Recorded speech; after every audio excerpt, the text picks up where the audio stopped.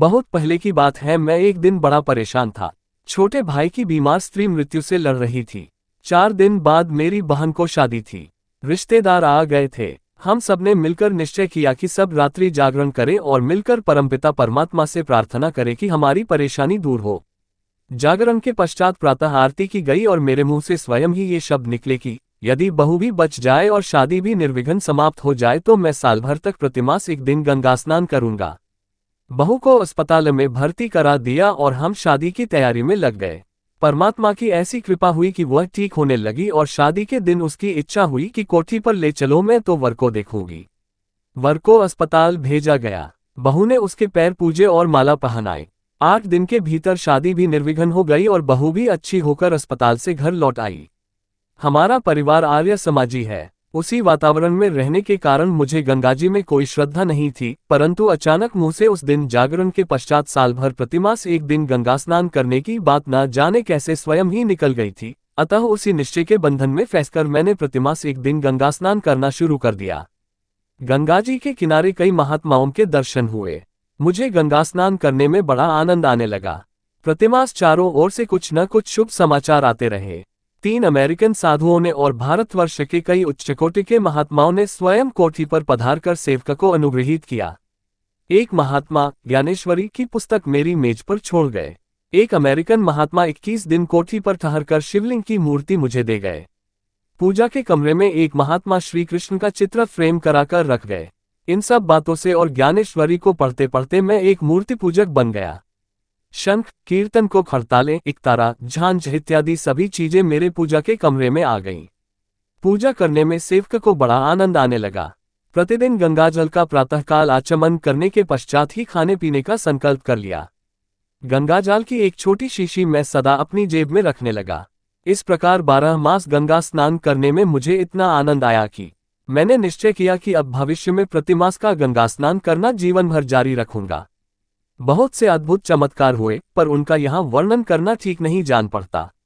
यही 5 वर्ष गंगा स्नान करते बीत गए। फिर मेरी बड़ी पुत्र वधू बहुत बीमार हुई।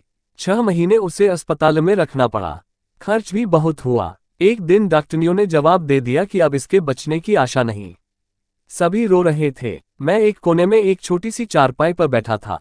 एक हाथ में गंगाजल की शीशी, दूसरे हाथ में गीता का सबसे छोटा गुटका और माला। शरीर कांप रहा था, आंखों से अश्रुधारा बह रही थी।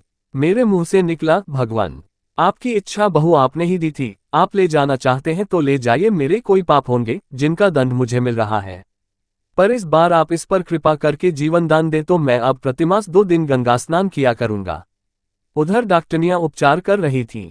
आधे घंटे बाद बड़ी डॉक्टनी ने आकर कहा कि बहू अब बच गई, यकीन मानी मरेगी नहीं, पर पूरी ठीक होने में शायद कुछ महीने और लग जाएं।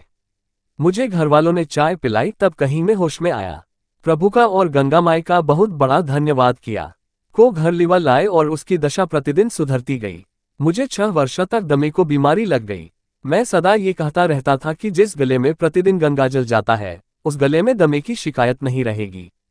किसी दिन गंगा माई कोई औषधि भेजेंगी और यह बीमारी चली जाएगी। हुआ भी ऐसा ही। अनूप शहर के पास गंगा स्नान करने के एक दिन बाद किसी ने मुझे धोखे से ठंडाई की जगह न जाने क्या खिला दिया। मैं 18 दिन सिर के दर्द में पड़ा रहा, पर दमा ऐसे चला गया कि फिर कभी भी उसका दौरा नहीं पड़ा। मैंने इसे गंगाजी का प्रत्यक्ष प्रभाव ही माना। Shriram college of commerce, Delhi से जब मैं 1954 में रिटायर हुआ, तब मुझे युवराज श्रीकरण सिंह जी सदरे रियासत जम्मू कश्मीर अपने कॉमर्स कॉलेज का प्रिंसिपल बनाकर ले गए। कश्मीर से प्रतिमास 2 दिन गंगा स्नान करने आना कठिन था, इसलिए पूज्य श्री हरि बाबा जी के आज्ञानुसार मैंने प्रतिमास 3 दिन के हिसाब से वर्ष में 36 दिन गंगा स्नान 3 महीनों की छुट्टियों में करने का निश्चय किया और 5 वर्ष ऐसा ही करता रहा और वहीं 36 दिन गंगा के किनारे रहकर आनंद लेता रहा। कश्मीर से रिटायर होने पर मेरी आयु 65 वर्ष की हो गई। तब फिर श्री हरि बाबा जी के आज्ञानुसार यह नियम लिया कि प्रतिवर्ष 1 दिन और अधिक गंगा स्नान को बढ़ाता रहूंगा और गंगा माई सब निभा भी देंगी। परिवार में जब कोई बाहर जाता है गंगाजल की शीशी अपने साथ रखता है। मेरा छोटा भाई डॉक्टर आनंद स्वरूप शर्मा बुलंदशहर में है। उसके लड़कियों थी, लड़का नहीं था। आर्य समाज के मंत्री होने के नाते उसे गंगाजी में श्रद्धा नहीं थी, पर मेरे कहने पर 1 वर्ष तक प्रतिमास गंगा स्नान करने पर गंगा माई की कृपा से उसे पुत्र रत्न प्राप्त हुआ। इसी प्रकार मेरे एक करीबी रिश्तेदार पंडित परमानंद बेकल एक मुकदमे में फंस गए, जीतने की कोई आशा नहीं थी।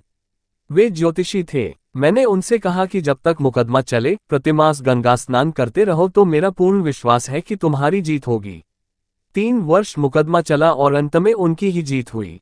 वे जब तक जीवित रहे प्रतिमास गंगा स्नान करते रहे। मुझे जब कोई परेशानी हुई या नौकरी के संबंध की तरक्की इत्यादि और दूसरी इच्छाएं हुई, तब मैं लिखकर अपनी अर्जी को नकल गंगाजी में डाल देता था। सच बात तो यह है कि जो कुछ भी मैंने गंगा माई से मांगा वह मुझे तुरंत ही मिला। प्रभु से प्रार्थना है कि गंगा माई इसी प्रकार हमारे देश पर अमृत की वर्षा करके सबको सुखी करती रहें। भगवान श्री कृष्ण ने गीता में कहा है, यो यो यम यम तर्नु भक्ता अध्यार्चितुमिच्छति तस्य तस्याचलम श्रद्धा तामेव विद्धाम्यहम् ये पुण्य देवता भक्ता यजन्ते श्रद्धान्विता तेपि मामेव कौन्तेय भारत्य विधि खंडम। श्री गंगा माता, सबका उद्धार कर दे, दुखिया संसार को तू सुखिया संसार बना दे।